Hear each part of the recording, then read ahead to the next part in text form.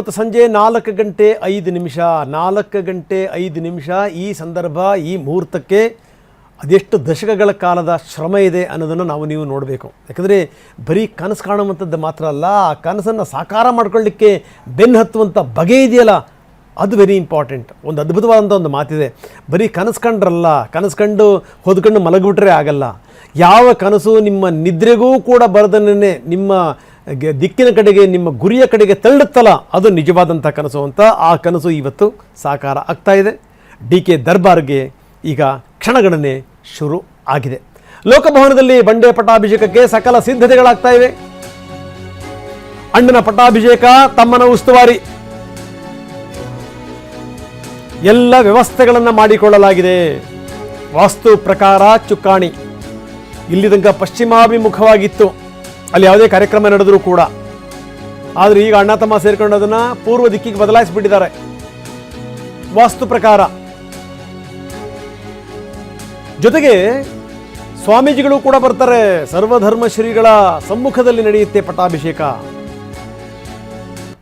4:05 ನೋಡಿ, ಪ್ರಮಾಣವಚನ ಸ್ವೀಕಾರ ಸಮಾರಂಭ ಬೋರ್ಡ್ ಇದೆ. ಅಲ್ಲೂ ಕೂಡ ಎಲ್ಲ ರೀತಿಯ ವ್ಯವಸ್ಥೆಗಳನ್ನು ಮಾಡಿಕೊಳ್ಳಲಾಗಿದೆ. ಈ ಕಟ್ಟಿರುವಂಥ ಬ್ಯಾನರ್ಗಳು, ಹಾಕಿರುವಂಥ ಫಲಕಗಳು, ಅದನ್ನೆಲ್ಲ ನೋಡಿಬಿಟ್ರೆ ಇವರು ಬಹಳ ಒಳ್ಳೆಯ ನಿರ್ಧಾರ ಮಾಡಿದರು. ವಿಧಾನಸೌಧದ ಮುಂದೆ ಪ್ರಮಾಣವಚನ ಸ್ವೀಕಾರ ಮಾಡದೇ ಇರುವಂಥದ್ದು ಬಹಳ ಒಳ್ಳೆಯ ನಿರ್ಧಾರ.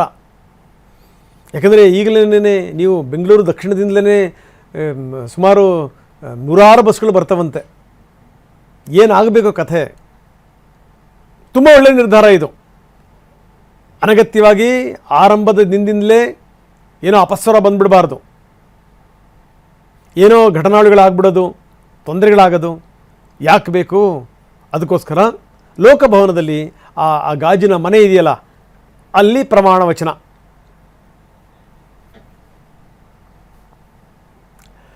ಇಪ್ಪತ್ತೈದನೇ ಮುಖ್ಯಮಂತ್ರಿಯಾಗಿ DK ಶಿವಕುಮಾರ್ ಪ್ರಮಾಣ ವಚನ ಸ್ವೀಕಾರ ಮಾಡ್ತಾ ಇದ್ದಾರೆ. ರಾತ್ರಿ 2:30 ತನಕ ನಿರಂತರವಾಗಿ ಪೂಜೆ ನಡೆದಿದೆ ಅಜ್ಜೇನ ಮಠದಲ್ಲಿ.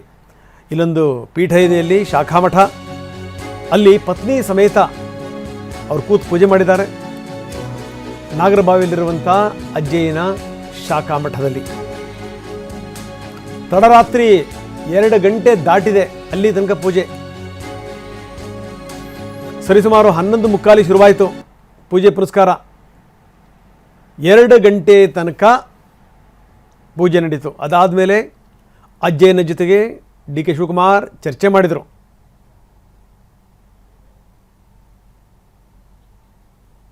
ದೆಹಲಿಯಿಂದ ಬಂದ ತಕ್ಷಣವೇ ನೇರವಾಗಿ ಮಠಕ್ಕೆ ಹೋದರು.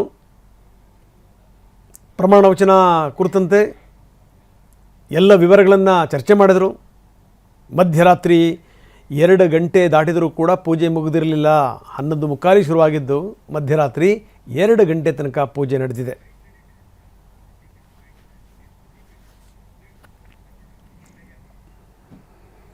ಕಠಿಣ ಪರಿಶ್ರಮ, ಹಾರ್ಡ್ ವರ್ಕಿಗೆ ಪರ್ಯಾಯವಾದಂಥ ಮಾರ್ಗ ಇಲ್ಲ ಅನ್ನುವಂಥ ಮಾತಿದೆ. ನಿಜ, ಮುಖ್ಯಮಂತ್ರಿ ಸ್ಥಾನಕ್ಕೆ ತಲುಪುವಂಥದ್ದು ಬರೀ ಕನಸಾಗಿರಲಿಲ್ಲ, ಇದು ಹಾರ್ಡ್ ವರ್ಕ್ ಇತ್ತು, ಸಮರ್ಪಣೆಯಾಗಿತ್ತು ಅಂತಾರೆ DK ಶಿವಕುಮಾರ್. ನಿಜ, ಇದು ಕಠಿಣ ಸಮಯ, ವಿಳಂಬ ಆಗಿರಬಹುದು. ಆದರೆ ಯಾವುದೇ ಕಾರಣಕ್ಕೂ ಬರಬೇಕಾದ್ದು ಬರಲಿಲ್ಲ ಅನ್ನುವಂಥ ಬೇಸರ ಇದ್ದೇ ಇತ್ತು ಒಳಗಡೆಗೆ. ಆದರೆ ಬಂತಲ್ಲ, ದಟ್ ಈಸ್ ವೆರಿ ಇಂಪಾರ್ಟೆಂಟ್. ಒಂದು ಮಾತಿದೆ, ಬಾರದು ಬಪ್ಪದು ತಪ್ಪದು. ನೋಡಿ, ಬರಬೇಕಾಗಿರುವಂಥದ್ದು ಬಂದಿದೆ ಅಂತಾರೆ DK. There was a dedication. I don't tell it was not a dream. It was a dedication with hard work. So it was a tough, troubling times. Though it has been delayed, it was not been denied. So the entire party, I feel that there is not Shukumar here. It is a Congress worker who stood on this democratic setup with the history of the Congress party. There was a ಮೊದಲೇ ವಿಪರೀತ ಜನ ಬರ್ತಾರೆ, ಅವ್ರನ್ನ ನಿಯಂತ್ರಣ ಮಾಡುವಂಥದ್ದು ಕೂಡ ಕಷ್ಟ. ಹೀಗಾಗಿ ಏನಂದರೆ ಲೋಕಭವನದಲ್ಲಿ ಕೆಲವರಿಗೆ ಪಾಸ್ಗಳನ್ನು ವಿತರಿಸಲಾಗಿದೆ. ಪಾಸ್ ಇದ್ದಂಥವ್ರಿಗೆ ಮಾತ್ರ ಒಳಗಡೆಗೆ ಪ್ರವೇಶ. ಜೊತೆಗೆ 3500 ಮಂದಿ ಪೊಲೀಸರು ಅಲ್ಲಿ ಗಸ್ತು ಕಾಯ್ತಾರೆ, ಬಂದೋಬಸ್ತ್ ಮಾಡ್ತಾರೆ. 2200 ಮಂದಿ ಪೊಲೀಸರು ಕಾನೂನು ಸುವ್ಯವಸ್ಥೆ ಮತ್ತು ಭದ್ರತೆಗೆ, 1300 ಸಂಚಾರಿ ಪೊಲೀಸರು. ನಗರದ ಎಲ್ಲ IG DIG DCPಗಳು ಅವರಿಗೆ ಭದ್ರತೆಯ ಜವಾಬ್ದಾರಿ. ಕೇಂದ್ರ ವಲಯದಿಂದಲೂ ಕೂಡ ಕೆಲ ಪೊಲೀಸರು ಭದ್ರತೆಗೋಸ್ಕರ ಬರ್ತಾ ಇದ್ದಾರೆ. ಬೆಳಗ್ಗಿನಿಂದಲೇ ಶುರುವಾಗಿದೆ. ಮಧ್ಯಾಹ್ನ 12 ಗಂಟೆ ಸುಮಾರಿಗೆ ಎಲ್ಲ ಕೂಡ ಸ್ತಬ್ಧವಾಗುತ್ತೆ. ಸುತ್ತಮುತ್ತ ಅಲ್ಲಿನ ಕಚೇರಿಗಳಿಗೆ ರಜೆ ಕೊಡಲಾಗಿದೆ. ವಿಧಾನಸೌಧದ ಕಚೇರಿಗಳಾಗಿರ್ಬೋದು, ಸುತ್ತಮುತ್ತಲಿನ ಭಾಗದ ಕಚೇರಿಗಳಿಗೆ ರಜೆ ಘೋಷಣೆ ಮಾಡಲಾಗಿದೆ. ಯಾವುದೇ ಕಾರಣಕ್ಕೂ ಸಂಚಾರಕ್ಕೆ ತೊಂದರೆ ಆಗಬಾರ್ದು ಅನ್ನೋಂಥ ಕಾರಣಕ್ಕೋಸ್ಕರ ಪೊಲೀಸರು ಇವತ್ತು ಹೈರಾಣೆದ್ದೋಗ್ಬಿಡ್ತಾರೆ. ಇವತ್ತು ಜನರನ್ನು ನಿಯಂತ್ರಣ ಮಾಡುವಂಥದ್ದೇ ಒಂದು ದೊಡ್ಡ ಸಂಗತಿ ಇವತ್ತು.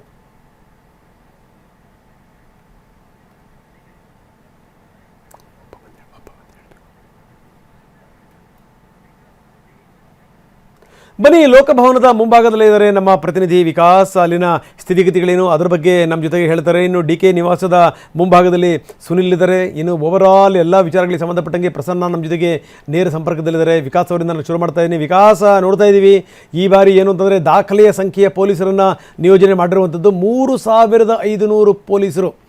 ಈ ಬರ್ತಾ ಬೆಳಗ್ಗೆ ಆಫೀಸಿಗೆ ಬರ್ತಾ ನೋಡ್ತಾ ಇದ್ದೆ, ಅದೇನು ಕಟೌಟ್ಗಳು, ಅದೇನು ಫ್ಲೆಕ್ಸ್ಗಳು, ಅದು ಈಗಲೇ ಸಂಚಾರ ಶುರುವಾಗಿದೆ. ಇನ್ನು ಮಧ್ಯಾಹ್ನದ ಮೇಲೆ ಯಾವ ರೀತಿ ಇರಬೇಕು, ಹಿಂಗಾಗಿ ಏನು ಅಂತಂದರೆ ವ್ಯಾಪಕ ಬಿಗಿ ಬಂದೋಬಸ್ತ್. ಹೆಂಗಿದೆ ಸ್ಥಿತಿ ವಿಕಾಸ್?